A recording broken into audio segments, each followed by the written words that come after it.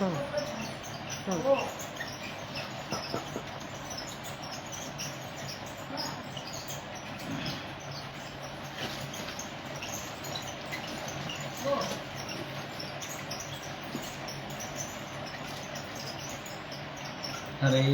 नमः. धर्माचा जणू मूर्तिमान पुतळा भासे जना भुवरी दीक्षा देऊनी जो जगतिया बद्धास हो उद्धरी वाणीने वदता भागवती कथा व्यासाप्रती भासला तो हा गुरु श्री जनार्दन असा पाटांगणी शोभला. सद्गुरुनाथ महाराज की जय. हरे नमः. श्री भगवानुवाच अथ ते संप्रवक्ष्यामि तत्त्वानां लक्षणं पृथक् यद्विदित्वा विमुच्येत पुरुषः प्राकृतिर्गुणैः. भगवान वेदव्यास वर्णन करून सांगू लागले. शुकाचार्य राजा परीक्षितीला, सूत शौनकादिकाला, मैत्रेय विदुराला आणि कपिल महामुनी आपल्या आईला देवहूतीला हे सांख्य तत्वज्ञान विवरण करतायत.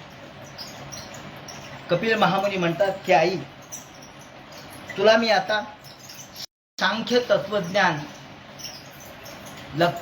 जे तत्वानां लक्षणं पृथक, वेगवेगळे जे तत्व आहेत, जे तत्वलक्षण आहे, त्या तत्वलक्षणांचे विवरण करतो.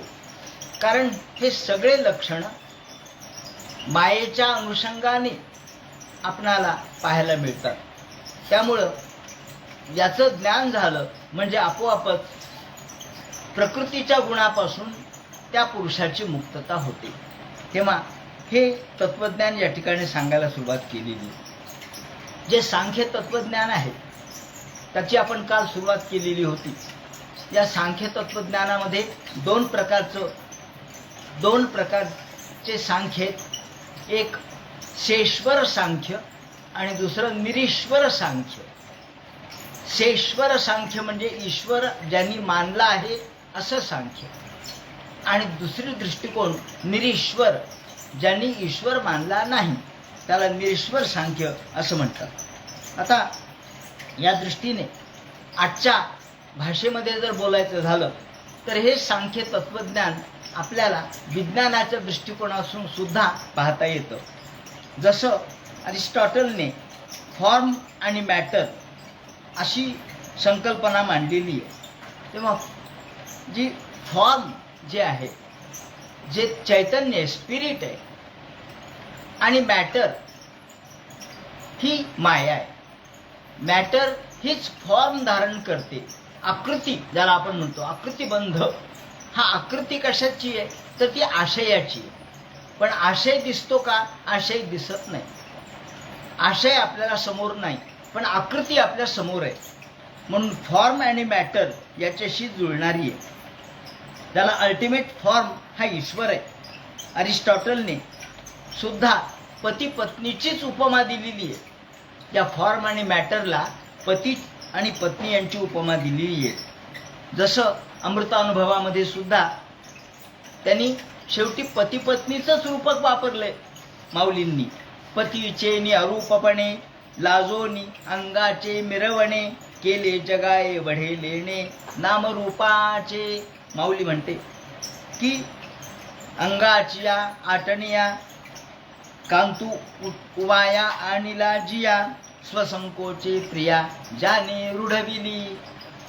आपण जर अमृतानुभवाचं पहिलं शिवशक्ती समावेशन हे प्रकरण पाहिलं तर आपल्या लक्षात येईल की हे दोघेही स्त्री पुरुष नामभेदे शिवपण एकले नांदे. स्त्री आणि पुरुष हे केवळ आभासात्मक आहे, पण खरं शिवतत्व सर्वत्र नांदत आहे. आणि या चैतन्याचाच विलास हा सगळीकडे आहे. पण या ठिकाणी केवळ आभासात्मक पातळीवर किंवा केवळ गृहीतकाच्या पातळीवर इथं स्त्री वेगळी गृहीत धरली आणि पुरुष आणि स्त्री हे वेगळे झाले. आणि यातून पतीचे नि अरूपपणे, पती अरूप आहे पती म्हणजे कोण आहे? परमेश्वर आहे, तो ईश्वर आहे, तो ब्रह्म आहे. त्याला रूप नाही, त्याला नाव नाही, त्याला आकार नाही. पतीचे अरूपपणे लाजोनी अंगाचे मिरवणे. पण माया काय करते? त्याच्या समोर लज्जित होते आणि त्यामुळं या पतीला आपलं रूप धारण करावं लागतं आणि ही माया पतीला म्हणजे परमेश्वराला या रूपामध्ये आणते.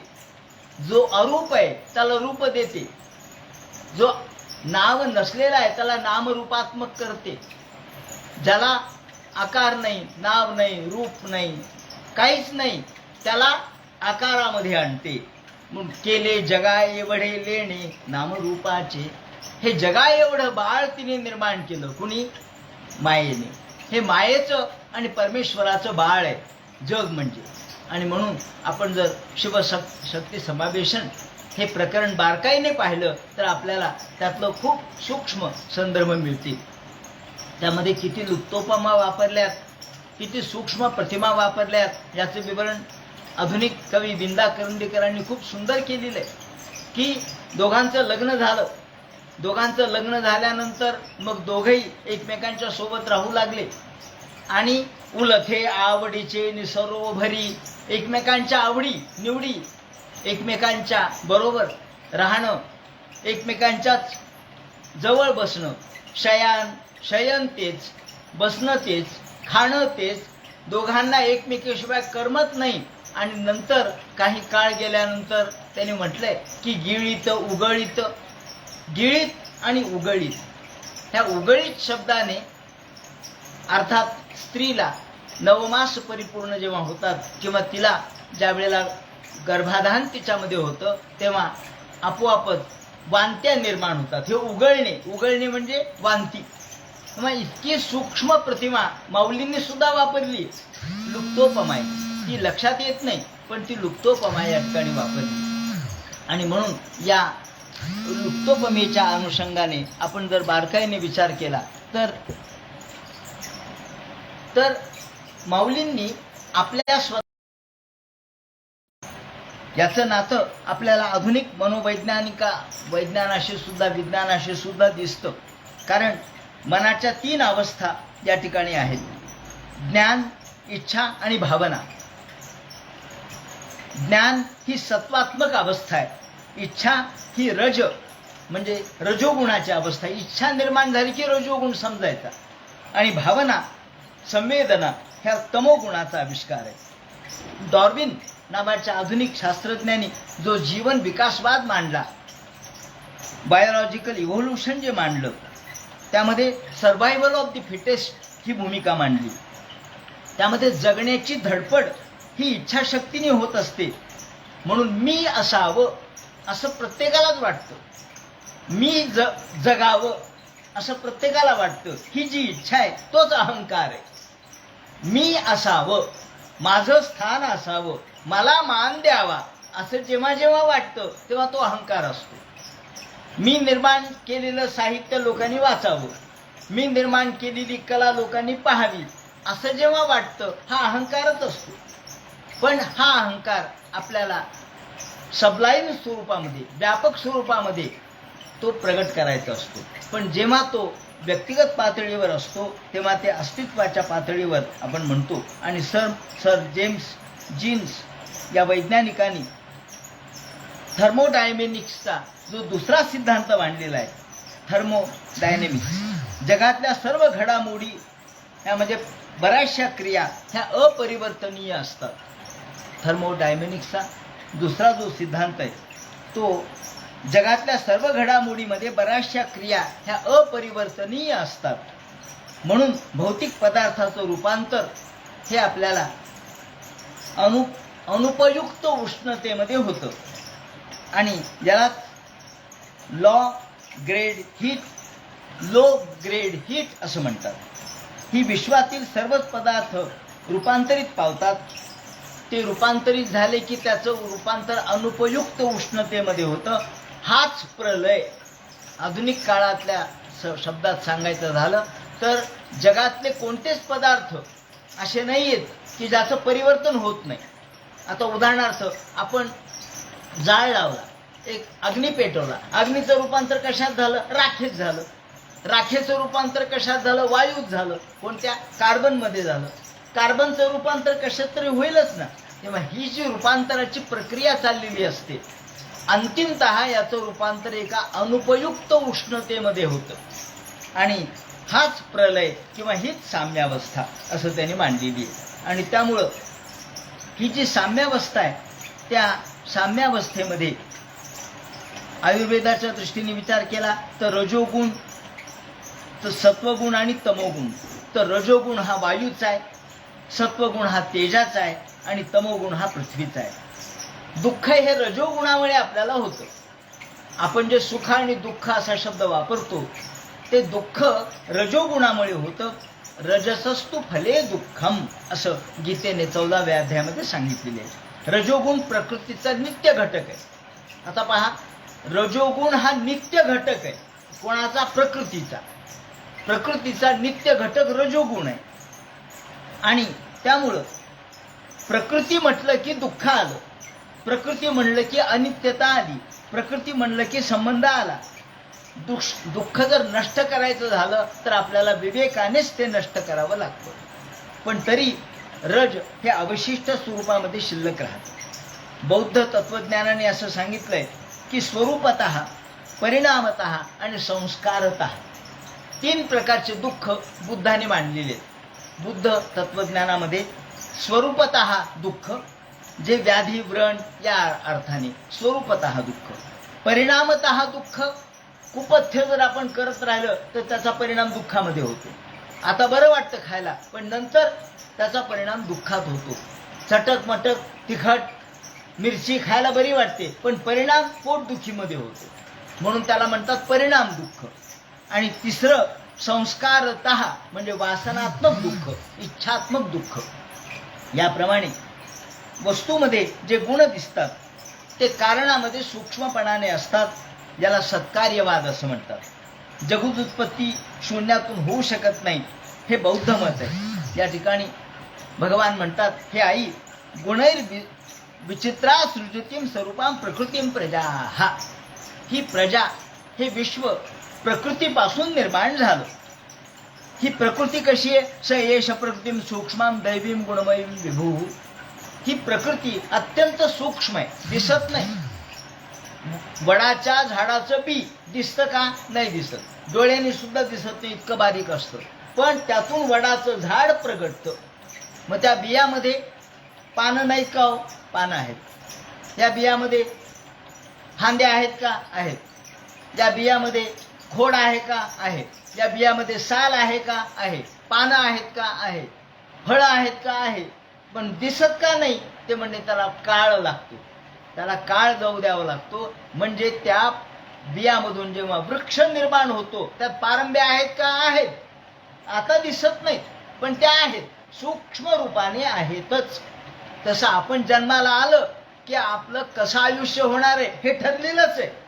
तुम्हाला असं वाटतं की आता पुढचं आम्हाला कळत नाही, पुढचं आपोआपच होणार आहे. आपोआप नसतं होत, हे ठरलेलं आहे.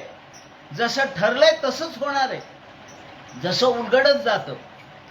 आपण बी लावल्यानंतर हळूहळू हळू त्यातून वृक्ष जसा प्रगटतो, तसं आपण जे कर्माचं बीज लावलेलं असतं त्यानुसार आपल्या जीवनाचा वृक्ष प्रगटतो.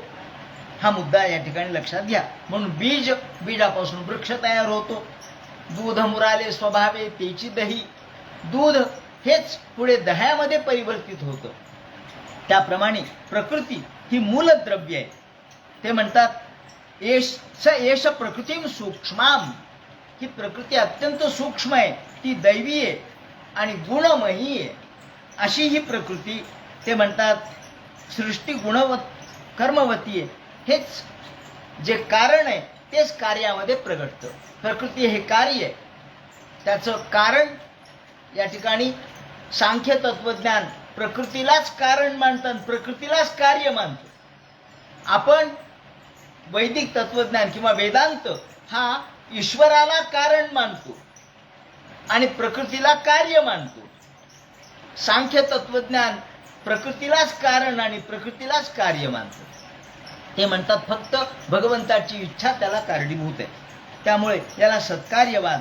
कथम सत जायते, कथम सत सज्जायते, छांदोग्य उपनिषद सांगतं. नासतो विद्यते भाव. जे नाही त्यातून काहीच निर्माण होत नसतं, शून्यातून काही निर्माण होत नसतं. त्यामध्ये पूर्वीचं काहीतरी असलं पाहिजे. वाळूतून तेल निघत नसतं. उपादान ग्रहणात हा सिद्धांत आहे. उपादान ग्रहणात म्हणजे कारणच कार्यामध्ये प्रगटतं. सर्व संभवात शक्यश्च शक्य करणात कारणभावाच्च. ज्याप्रमाणे ते म्हणतात नवीन काहीच निर्माण होत नसतं. प्रयोगशाळेमध्ये आम्हाला नवीन जीव निर्माण करता येत नसतो. आणि म्हणून ज्याप्रमाणे आई आणि वडील यांच्या जनुकामधून, आता आधुनिक शास्त्र याची जोड या ठिकाणी लावली पाहिजे आधुनिक शास्त्राची.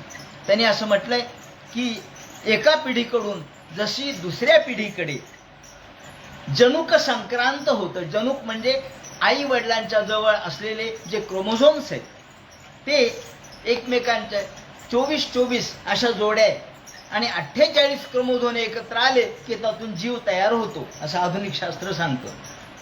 स्त्रीमधले 24 आणि पुरुषामधले 24 असे 48 गुणसूत्र एकत्र आले म्हणजे त्यातून जीव तयार होतो. एक पेशीय जीव तयार होतो. आधी एकच पेशी असते, एकच पेशी. काय हो, काही नाही, बुडबुड आहे फक्त. काय असतं पोटामध्ये जेव्हा गर्भाधान होतं तेव्हा काय असतं त्याच्यामध्ये? एक कणभर असतं. पण कणभराचं हळूहळू हळूहळू त्याला पाय कुठून येतात, त्याला हात कुठून येतात, त्याला डोकं कुठून येतं, हो ते त्याच्यातच आहे. ते फक्त हळूहळू कालांतराने प्रगटतं. म्हणून ते म्हणतात पेशीमधल्या ज्या DNA त्याचं जर आपण स्वरूप बघितलं तर जगताचं कर्म हे त्याच्या जनुकामध्ये सामावलेलं आहे. जगताना जे कर्म आपण करतो त्याचा परिणाम जनुकामध्ये सामावलेला असतो. जे जे कर्म आपण करतो त्याचं जनुकामध्ये त्याचा साठा होतो. आपण म्हणतो आपण आता कर्म केलं तर त्याचं काय फळ मिळणार आहे का? मिळतच असते. कर्माचं फळ माणसाला मिळतंच. आधुनिक शास्त्र सुद्धा सांगतं की जगताना जे जे कर्म करतो त्याचा परिणाम जनुकामध्ये साठवलेला असतो आणि हेच कर्म पुढच्या जन्मामध्ये आपल्याला कारणीभूत ठरतं. तैसी दशेची वाट न पाहता वयसेची या गावा न येता. आणि म्हणून मोठमोठे ज्ञानी हे मात्र कर्माने जन्माला येत नाहीत, ईश्वराच्या प्रेरणेने जन्माला येतात. पण आपल्यामध्ये मात्र एकपेशीय जीव, एकच पेशी असते.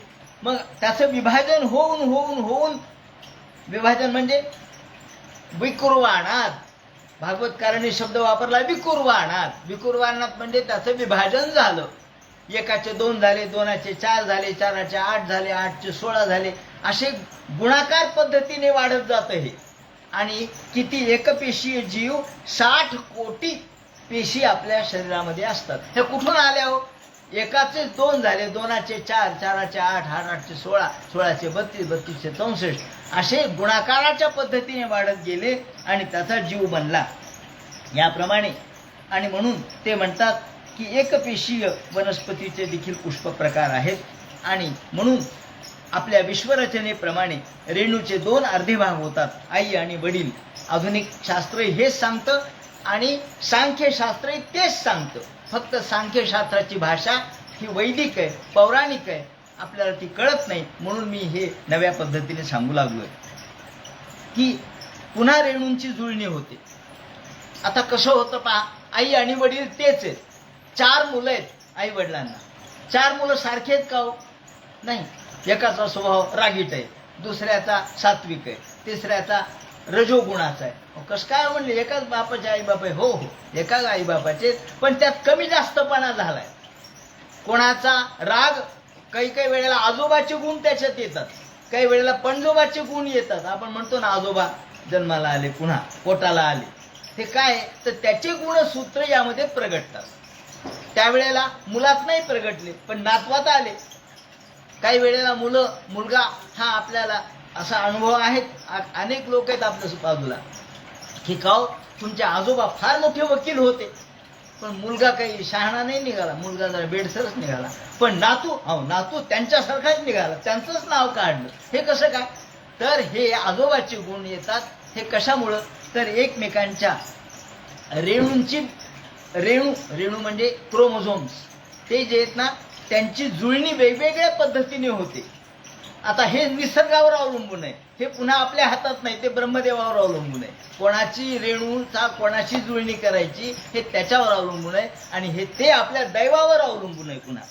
म्हणून ते म्हणतात याप्रमाणे ब्रह्माचे 2 रूप, हे क्रोमोझोम्स जे आहेत, ज्ञान त्यामध्ये अनुस्यूत आहे, तेच पूर्वजन्म आणि पुनर्जन्माला कारणीभूत ठरतं.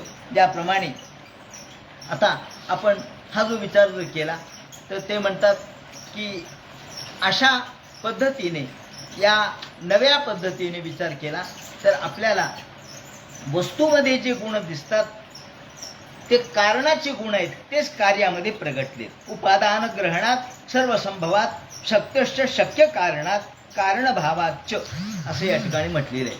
आणि म्हणून ते म्हणतात की अशा प्रकारे रजोगुण, सत्वगुण आणि तमोगुण हे परस्पर भिन्न आहेत. रजोगुण, तमोगुण आणि सत्वगुण मायेचे 3 गुण आहेत. गुणैर्विचित्रा सृजती, 3 पद्धतीने ही माया प्रगट होते, सत्व, रज आणि तम. पण हे काही तिन्ही गुण परस्पर भिन्न आहेत. सात्विक गुण वेगळा आहे, तमोगुण वेगळा आहे आणि रजोगुण वेगळा आहे. ते परस्पर विरुद्ध धर्मी आहेत. पण रजोगुण जो आहे तो उपष्टंभक आहे. उपष्टंभक म्हणजे असं की समजा 3 लोक आहेत, 3 माणसं आहेत, 3 मित्र आहेत. एकाचा स्वभाव वेगळा आहे, दुसऱ्याचा वेगळा आहे. मग तिघांची मैत्री कशी झाली? तो जो मधला मित्र आहे ना तो जरा हुशार आहे, तो दोघांनाही जुळवितो, तो यालाही जुळवितो. जाऊ द्या, झालं ना त्याची चूक सोडून दे, त्याला म्हणतो तू माफ कर, त्याला झालं, जुळली. म्हणजे तिघांची जोडी कशी कायम राहते? तर मधला जो मित्र आहे तो उपष्टंभक आहे, तो त्यांना जुळून आणतो. तसा जो रजोगुण आहे तो तमोगुण आणि सत्वगुण याला जुळून आणतो. वास्तविक सत्वगुण आणि रजोगुण परस्पर विरुद्ध आहे, पण रजोगुण काय करतो? त्यांना उपष्टंभक म्हणजे मिळवून आणतो, तो समन्वयक आहे. ते म्हणतात प्रतिपश्च यथा कार्यम तत्प्रकरोत्यर्थदर्शनम, प्रतिपश्च यथा कार्यम प्रकरोत्यर्थम तर्थदर्शनम, वर्ती स्थलम यथा विश्व विरुद्धाशय परस्परम. ते म्हणतात तेल, वात, तर तेल वेगळं, वात वेगळी, आणि त्यातून अग्नी कसं काय निर्माण होतो? तेलाचा गुण काही, वात वेगळी, तेल वेगळं आहे, पण त्यातून जसा अग्नी निर्माण होतो त्याप्रमाणे ते म्हणतात एकत्रस्था पदार्थानाम प्रकृतीम प्रकुर्वन्ति प्रदर्शनम, असं देवी भागवतामध्ये म्हटलेलं आहे. त्याप्रमाणे असो हे स्वातीचे उदक. आता जी माया आहे किंवा प्रकृती आहे ती भिन्न भिन्न रूपामध्ये गुणैर्विचित्रा, हे वैचित्र्य का निर्माण होतं असा प्रश्न आईने विचारला. गुणैर्विचित्रा सृजती, हे वैचित्र्य का निर्माण होतं? प्रकृती तर एकच आहे. त्यांनी उदाहरण असं दिलंय सलिलवत, मेघातून पडणारं पाणी, आकाशातून पडणारं पाणी, पावसाचं पाणी एकच आहे, एकच आहे. आकाशातून पडणारं पाणी एकच आहे. मग ते मिरचीमध्ये गेलं तर तिखट का झालं, आणि आंब्यामध्ये गेलं तर गोड का झालं, उसामध्ये गेलं तर गोड का झालं, आणि लिंबामध्ये गेलं तर कडू का झालं? ते म्हणतात एकच पाणी आहे, पण जसं भिन्न भिन्न आहे त्याची रुची, चव, स्वाद, गुणधर्म, फळं, फुलं एकच पाणी आहे, पण गुलाबाचा वास वेगळा आहे, चमेलीचा वेगळा आहे, शेवंतीचा वेगळा. का हो? म्हणजे पाणी ते एकच दिलं. हो, ते म्हणतात तो बीजाचा धर्म आहे, बीज गुणधर्म आहे. त्याप्रमाणे हा बीज गुणधर्म हे वेगवेगळेपणा, या विचित्रपणाला कारणीभूत ठरतो. आणि जी मायेची शक्ती आहे, आवरण आणि विक्षेप, त्यातून हा संसार प्रगटतो. ब्रूहि कारणयोरस्य सदसच्च सदात्मकम, सत आणि असत, स्थूल आणि सूक्ष्म. सत आणि असत जे आकारबद्ध आहे ते असत आहे, ते खोट आहे. पण ते आकार असल्याशिवाय आम्हाला त्याची आवड निर्माण होत नाही. म्हणून याला म्हणतात हा परिणाम पावणं हा गुणांचा स्वभाव आहे. साम्यावस्था ही कशी काय मोडली जाते? मग ते म्हणतात, भगवंत सांगतात, हे आई प्रकृतिर्गुण साम्यस्य निर्विशेषस्य मानवी चेष्टायतस भगवान काल इत्युपलक्षितः. काय झालं? प्रकृती भगवंतामध्ये एकरूप आहे. साम्यावस्था म्हणजे शांत अवस्था आहे. मग साम्यावस्था कशी काय मोडली? ते म्हणतात त्याचं कारण असं झालं की ईश्वरी इच्छा, भगवंताला इच्छा झाली की मी फार व्हावं, अशी इच्छा निर्माण झाल्याबरोबर त्या इच्छेने साम्यावस्था मोडली. काळ हे त्याला उत्तर आहे असं त्यांनी दिलंय. चेष्टा यतस्स भगवान काल इत्युपलक्षितः. काळामुळे ही साम्यावस्था का मोडली? तर काळामुळे मोडली. भगवंताला इच्छा निर्माण झाली आणि त्यातून हा काळ प्रगट झाला. ते म्हणतात अशा प्रकारे हा काळ प्रगट झाला, काळाने हालचाल झाली आणि हालचालीतून विश्व निर्माण झालं. हे विश्व प्रगटलं ते भगवंताच्या इच्छेने प्रगटलं, पण त्या मायेचं, त्याला माया किंवा प्रकृती ही त्याला कारणीभूत ठरलेली आहे. मायेमुळं, प्रकृतीमुळं हे विश्व प्रगटतं. जरी पुरुष हा निर्गुण, निराकार, अकर्ता, सचेतन आणि तो साक्षी आहे, भोगता आहे पण करता नाही. आणि म्हणून प्रकृती मात्र उलट आहे. ती सगुण आहे, ती करती आहे, ती अचेतन आहे, ती भोगती आहे.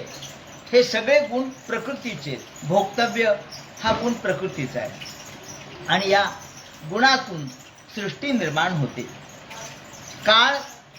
काळातून सृष्टी, काळामुळे हा परिणाम घडतो.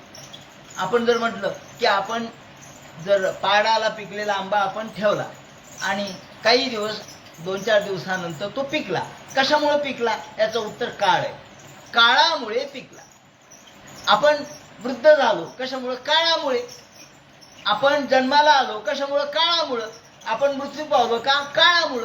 शेवटी काळ हे त्याचं उत्तर आहे. सगळ्या गोष्टीचं उत्तर भगवान काल इत्युपलक्षितः असं त्यांनी म्हटलंय. आणि मग दैवात क्षुभित धर्मिण्याम, दैवात ते म्हणले का बरं? पण देवाला तरी इच्छा का होते हो? देवाला इच्छा का होते? ते म्हणतात क्षुभित धर्मिण्याम दैवात. शेवटी माणसाचे जे कर्म आहेत ते माणसाचे, प्रत्येक जीवाचे कर्म त्याचे फळ त्याला दिले पाहिजेत अशी जीवाचीच इच्छा असते. अहो, आपण एवढं पुण्यकर्म केलं, मला काहीच मिळालं नाही, जीव तडफडतो ना. मग आपण एवढं पुण्यकर्म केलं तर काही फळ मिळालं नाही. मग जीवाला पुण्यकर्माचं फळ दिलं पाहिजे आणि पापकर्माचं फळ दिलं पाहिजे. म्हणून देवाला इच्छा होते. देवाला मनाने इच्छा होत नाही, जीवाचीच इच्छा देव प्रगट करतो. आणि त्यातून क्षुभित धर्मिण्याम, त्या क्षुभित म्हणजे क्षोभ. क्षोभ म्हणजे इकडं आपल्या दैनंदिन जीवनात आपण क्षोभ म्हणजे राग असं म्हणतो, पण इथे क्षोभ म्हणजे एखादी वृत्ती प्रगट होणे म्हणजे क्षोभ. लाटा निर्माण झाल्या म्हणजे काय झालं? क्षोभ आहे. कारण वारा आला आणि वाऱ्यामुळे लाट निर्माण झाली. वारा हे त्याला कारण ठरलं. तसं भगवंताची इच्छा हे कारण ठरलं आणि कार्यमायेने केलं, विश्व निर्माण केलं. लाटा निर्माण झाल्या आणि स्वस्याम योनो परः पुमान आदत्ते वीर्यम सासुत महत्तत्वम हिरण्मयम. आता या ठिकाणी ते म्हणतात की हे आई, मग मी काय करतो? मी त्याच्यामध्ये माझं तत्व ओततो, माझं चैतन्य तत्व त्या ठिकाणी ओततो. भगवंताला इच्छा होते आणि भगवंत आपलं चैतन्य तत्व या ठिकाणी होतो. याला गुणक्षोभ असं म्हटलंय. ही प्रेरणा आहे. ही प्रेरणा आधुनिक विज्ञानाला सुद्धा हेच सांगावं लागलेलं आहे. लिंगदेहाची कल्पना त्यांनी गंडाशी समांतर मानलेली आहे. सत्व रज तम हे परस्पर विरोधी पण जोडणारा हाच दुवा आहे असं हेगेल म्हणतो. त्रिगुण 3 रंग आहेत. सत्व हा बुद्धीचं तेज आहे, त्याचप्रमाणे मस्तिष्क हा मेरुदंड आहे, तो शुभ्र आहे, आणि रज हा लाल आहे, तो रक्ताचा रंग आहे. गतिरुद्ध झाली की जाड्य येतं. आणि त्यामुळं आजच्या भाषेमध्ये आपण जर विचार केला तर सत्व रज तम म्हणजे काय आहे? तर नर्व फायबर्स, आर्टिरियल ब्लड आणि व्हेनस ब्लड असं त्यांनी म्हटलंय. एक आहे सत्व, तो नर्व फायबर आहे. आर्टिरियल ब्लड क्रियाशील घटक आहे आणि व्हेनस ब्लड हे मात्र तम आहे. आणि त्यातून आपल्याला या सगळ्या वृत्तींचा आविष्कार झालेला दिसतो. याप्रमाणे ते म्हणतात की ही क्षोभ निर्माण होतो, क्षोभातून ही सृष्टी निर्माण होते आणि प्रत्येकाच्या वेगवेगळ्या धर्माच्या दृष्टिकोनातून ही विश्वनिर्मिती कशी होते हे ते सांगतात. की आधी काय होतं? आधी काहीच नव्हतं, पुरुष फक्त होता, प्रकृती नव्हती आणि विकृती नव्हती. नंतर प्रधान, या सांख्य तत्वज्ञानाने प्रकृतीला प्रधान म्हटलंय. प्रधान म्हणजे प्रकृती. प्रधान ही मूल प्रकृती आहे, ती मूलाविद्या आहे. मूलाविद्या आणि स्थूलाविद्या अशा दोन प्रकारच्या विद्या आहेत. ती विकारांना प्रसवते आणि नंतर त्यातून महत्तत्व निर्माण होतं. मूळ विकार तो महत्तत्व आहे. महत्तत्व अधिक अहंकार अधिक पंचतन्मात्रा असे 7 तत्व निर्माण होतात. आणि ज्याप्रमाणे प्रकृती विकृती, आधी प्रकृती महत्तत्व निर्माण होतं आणि महत्तत्वातून ही सृष्टी कशी निर्माण होते ते सांगतात. साम्यावस्था असते, एकमेकांना तोलून धरलेली. जसं शरीरामध्ये, आपल्या शरीरामध्ये रोग नाही आहेत का? आपण म्हणतो मी निरोगी आहे, पण रोग शरीरात आहेतच. जेव्हा आपल्यामध्ये थोडा कमी जास्तपणा निर्माण होतो, थोडं पावसात गेलं, झाली सर्दी सुरू. कुठून आली हो सर्दी? तुमच्यातच होती, पण ती तोपर्यंत दाबलेली होती. पण नंतर कमी जास्तपणा झाला आणि सर्दी झाली, डोकं दुखायला लागलं, ताप आला, खोकला आला. हे काय झालं? कुठून आलं? तुमच्यातच होतं, पण आधी साम्य अवस्था होती, मग तुम्ही त्याला निरोगीपणा म्हणता. पण थोडा बदल झाला, वात पित्त आणि कफ बदल झाला. वात वाढला, कधी पित्तच वाढतं, कधी कफच वाढतो. याप्रमाणे ही हालचाल झाली की बदल होतो. ज्याप्रमाणे ते म्हणतात ही विश्वनिर्मिती सुद्धा अशीच होते. आधी अहंकार निर्माण होतो. हा महत्तत्व म्हणजे अहंकार आहे, भगवंताचा बुद्धितत्व आहे. भगवंताचं महत्तत्व म्हणजे बुद्धितत्व. आणि याप्रमाणे हे विश्वसृजन कसं होतं हे ते सांगतात. भगवान म्हणतात की मी आदत्त वीर्यम सासूत. नासदीय सूक्त सांगतं, ना सदासीन नो सदासीन नो द्रजो नो व्योमा परो यता. पूर्वी काहीच नव्हतं, पण गहन गूढ अशा प्रकारचं आभू होतं. आभू हे तत्व होतं. ते कामना निर्माण झाली, सो कामयत, त्याला इच्छा निर्माण झाली. त्यातून रेतोधा हे तत्व निर्माण झालं आणि महिमा, रेतोधा आणि महिमा. रेतोधा म्हणजे पुरुष तत्व आणि महिमा म्हणजे स्त्री तत्व. म्हणजे जगामध्ये कुठेही जा, तुम्हाला या 2 तत्वांचाच विचार केलेला दिसतो, स्त्री तत्व आणि पुरुष तत्व. माया आणि ब्रह्म, तुम्ही नावं काही द्या त्याला, अर्थ एकच आहे. रश्मीचा धागा उत्पन्न झाला. रश्मी म्हणजे काय हो? रश्मी म्हणजे एक किरण, एक धागा निर्माण झाला आणि त्यातून विश्वसृजन झालं. हे धागा म्हणजे ईश्वराची शक्ती आहे, इच्छा आहे. आणि इति तासाम स्वशक्ती नाम, भगवंतानी आपली शक्ती त्यात प्रगट केली. साम्यावस्था मोडून हालचाल झाली. ही काळाची इच्छा आहे. जीवाच्या वासना त्यासाठी वळवळ करतात आणि म्हणून इच्छा निर्माण होते. प्रकृतीतून प्राकृतिक तत्व, महत्तत्व, अहंकार, तन्मात्रा, विकृती आणि विकृतीतून वैकृतिक महाभूत, इंद्रिय वगैरे निर्माण होतात. अशा पद्धतीने हे वेगवेगळ्या पद्धतीचं विश्वसृजन त्या ठिकाणी सांगितलेलं आहे. आता ही जी माया गुणमयी आहे, ती माया गुणमयी असलेली विश्व निर्माण कसं करते हे सांगताना गीतेने सुद्धा 14व्या अध्यायामध्ये सांगितलंय. काय? मम योनिर्महद् ब्रह्म. हा श्लोक पहा तुम्ही, त्यामध्ये तुम्हाला दिसेल काय? महत् ब्रह्म ही प्रकृती म्हणजे माझी योनी आहे, ज्यामध्ये मी माझं तत्व अधिष्ठित करतो. सांख्य हिला प्रकृती म्हणतात, वेदांती हिला माया म्हणतात. ही भ्रम निर्माण करणारी, अज्ञान आणि आवरण निर्माण करणारी, विक्षेप निर्माण करणारी. भगवान म्हणतात ही कोण आहे हो? भगवान म्हणतात तरी माझी हे गृहिणी अनादी तरुणी. अनादी आहे पण तरुणी आहे. अनादी म्हणजे म्हातारी असायला पाहिजे, मग ते म्हणतात नाही, ती तरुणी आहे. का?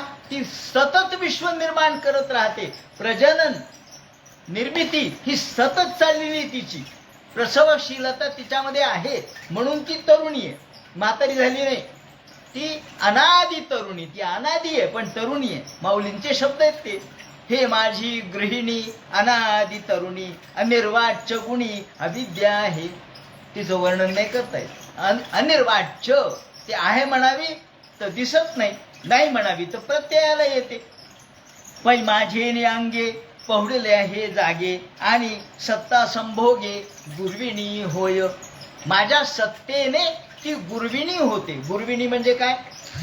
खरं म्हणजे गुरविणी शब्द आहे, पण आपण त्याला आज शब्द गरोदर म्हणतो, पण तो गरोदर नाहीये, तो गुरोदर आहे. गुरु म्हणजे मोठं, उदर म्हणजे पोट, पोट मोठं होणे म्हणजे गुरोदर, पण आपण त्याला गरोदर म्हणतो. तर ही माझ्या सत्तेने गरोदर राहते. त्याची सत्ता म्हणजे त्याची इच्छा माझी आहे, म्हणून ही मूळ स्वतः काहीच करू शकत नाही, पण माझ्या इच्छेने ही सृजन करायला समर्थ होते. ही बुद्धी तत्व ती प्रसवते. तरुणी ममता मनाची ते अहंकार तत्वरची तेने महाभूताची अभिव्यक्ती होय. तेने महाभूताची अभिव्यक्ती होय. ऐसे लेकुरी एक प्रसविली हे देख जयाचे तिन्ही लोक बाळसे हे.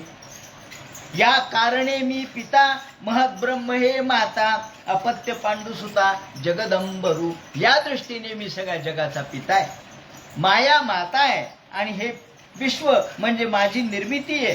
त्यामुळं या विश्वाचं वर्णन अमृतानुभवामध्ये जेव्हा करतात, हा ठावो वरी वियोग भेडे जे बाळ जगाये वडे बियाले पण न मोडे दोधले पण जया एक सत्तेचे बैसणे दोघा एका प्रकाशाचे लेणे जे अनादी एकपणे नांदती दोघी स्त्री पुरुष नाम भेदे शिवपण एकले नांदे. त्याप्रमाणे त्यांनी वर्णन केलेलं आहे. आणि का प्रतिबिंब बिंबाचे द्योतक प्रतिबिंब बिंबा अनुपापक तैसे द्वैत मिसे एक मरवत असे. याप्रमाणे या तो तरी अकर्ता उदासू अभोक्ता. जीव हा शिवच आहे, परंतु जीव या मायेमध्ये अडकतो, अज्ञानामध्ये अडकतो, म्हणून तो संसार भोगतो. आणि परमेश्वर या मायेवर सत्ता गाजवतो, तो म्हणून निर्मुक्त आहे, तो सर्वत्र मुक्त आहे. परी तरी अकर्ता उदासू अभोक्ता परी या पतिव्रता भोगविजे. काही मन हे नपुसक की ते भोगवी तिन्ही लोक. या ठिकाणी एक मोठं सुंदर वर्णन माऊलींनी मुद्दाम शब्द वापरलाय की मन हे नपुसक की ते भोगवी तिन्ही लोक ऐसे ऐसे अलौकिक कारण इयेचे. मायेचं कर्तव्य काय, मायेची कृती कशी आहे, माया कशी करते ते म्हणतात. ही माया अशी गमतीची आहे की ती नपुसकाला सुद्धा भोगविते. कारण मन कसं आहे, मन नपुसक आहे. नपुसक म्हणजे मनाला आपण काय म्हणतो, तो मन म्हणतो काय, ते मन, ते मन निष्ठुर का केले ते मन. मग ते शब्द कशासाठी वापरतात, नपुसक लिंगासाठी ते वापरतात. पुल्लिंग कुठे आहे, मन, पण ते मनच सगळं जग भोगतं. म्हणजे या मायेची कृती कशी आहे पहा, मायेचं स्वरूप कसं आहे पहा, की मायेचं अलौकिकत्व काय आहे पहा, की माया नपुसक मनाला सुद्धा सगळ्या जगाला तिला भोगायला लावते. तर हे मन हे नपुसक. एका संस्कृत कवीने असं म्हटलंय, अरे अरे काय म्हणे, आम्हाला पाणिनी नावाचा जो संस्कृत व्याकरण तज्ञ होऊन गेला, ज्यांनी व्याकरण लिहिलं, पाणिनीनं व्याकरण तयार केलं संस्कृतचं, तो व्याकरण तयार करणारा पाणिनी याने आम्हाला फसवलं म्हणे. का हो, का फसवलं ते म्हणे, अहो मनाला त्यांनी नपुसक म्हटलं. मनाला, मन हे नपुसक लिंगी आहे, बरोबर आहे ना, मन हे नपुसक लिंगी आहे, ते मन असं आपण म्हणतो. मग ते मन जर असं नपुसक लिंगी आहे तर मग तरी सुद्धा एकदा काय झालं म्हणे, मला असं वाटलं, एक जण म्हणतो गमतीने, मला असं वाटलं म्हणजे हे नपुसक आहे मन, तर आपण आपल्या पत्नीकडे पाठवावं. पत्नी बाहेरगावी गेली होती, बरेच दिवस झाले होते, महिना 2 महिने लोटले, आणि मन नपुसक असल्यामुळं मी पत्नीकडे पाठवलं. मग प्रियाया प्रेयसितम मनः, मी माझ्या प्रियेकडे हे मन पाठवलं. तेषु तत्तैव रमते, पण ते मन तिथंच रमलं म्हणले. हता पाणीन ना वयम, आम्हाला पाणीनीनं फसवलं, पाणीनी चुकला म्हणले. त्यांनी मनाला नपुसक म्हणलं, पण मन तर तिकडं धर्ममान झालं एखाद्या पुरुषाप्रमाणे. मला वाटलं ते परत येईल, ते कशाचं येते. आणि हीच बरोबर संकल्पना माऊलींनी वापरली आहे. तरी हे मन हे नपुसक, याप्रमाणे ते म्हणतात की मम योनिर्महत ब्रह्म, यावर विवेचन करताना परब्रह्म जे निर्गुण, मायामणी जे जाण.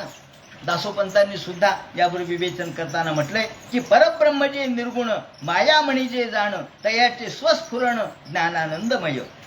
तो काळ ते स्वस्फुरण, शेवटी काळ हे स्फुरण आहे.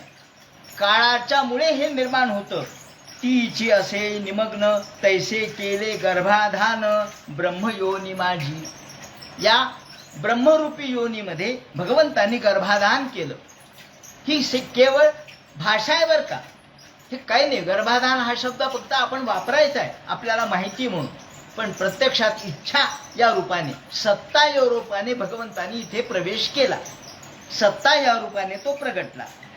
म्हणून सद्भावाचा शुद्धाकारी, दिवसा निद्राये अवधारी, ग्रह सोडून बाहेरी जावे वाटे. अशा प्रकारे हा 9 महिन्यापर्यंतची मांडणी दासोपंतांनी सुद्धा सुंदर केलेली आहे. जेणे मार्गे निघाला, तयेची योनी मुखे पाहिला, तेथूनची बाहेरी पडिला, तव जगदाभास होतो. हा जगदाभास कसा आहे?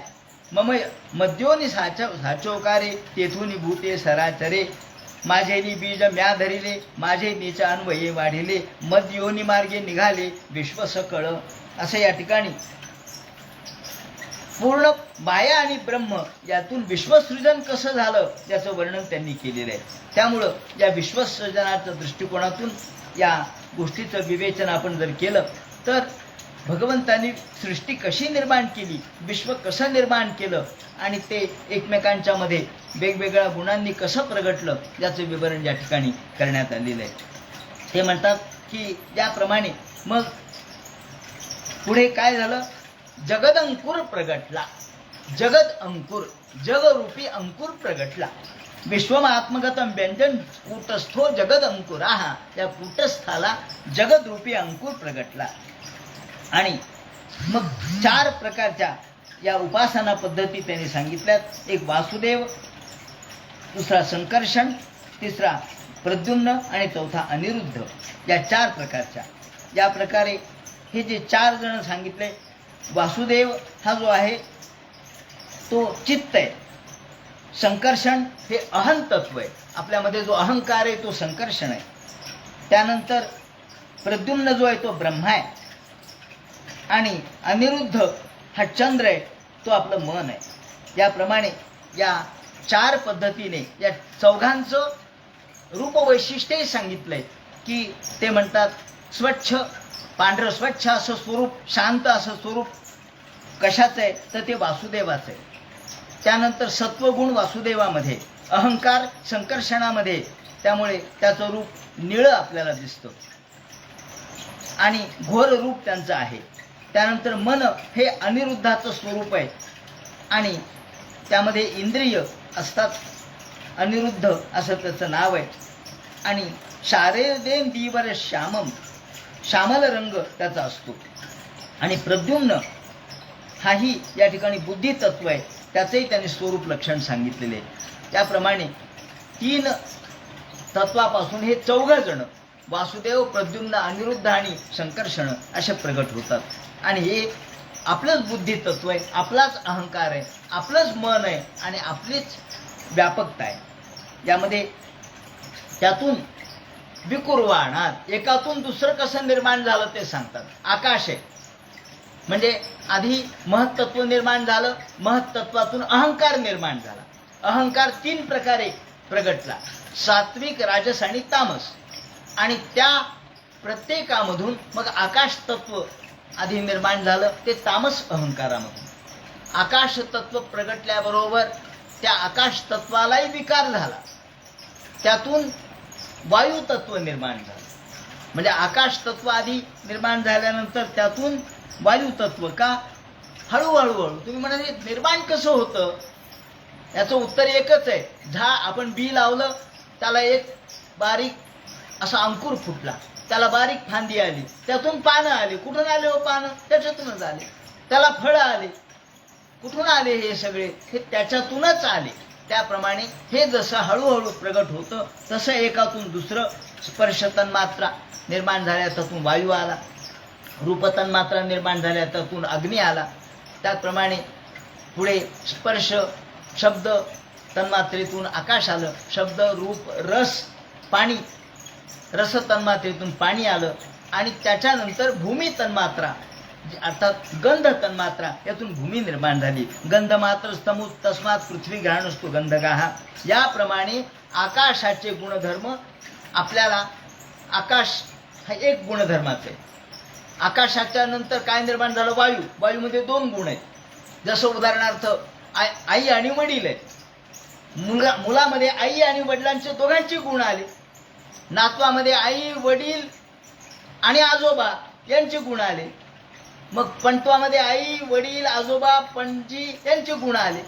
हे जसं एकमेकांचे गुण येत राहतात तसंच या ठिकाणी आकाशापासून वायू निर्माण झाला, तर वायूमध्ये आकाश आणि वायू असे स्वतःचे, कारण स्वतःचा काही गुण असतो ना, स्वतःचाही काही गुण असतो, तो वायूचा गुण.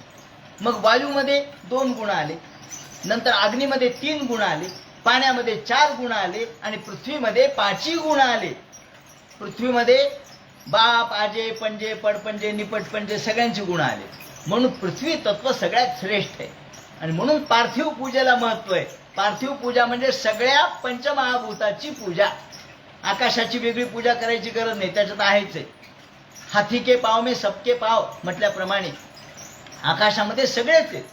आकाशामध्ये शब्दरूप आहे, पण पृथ्वीमध्ये शब्द रूप रस गंध आणि स्पर्श हे 5 गुण आहेत. त्यामुळं पार्थिव पूजेला महत्व आहे. म्हणून आपण गणेश चतुर्थीला पार्थिव पूजा करतो.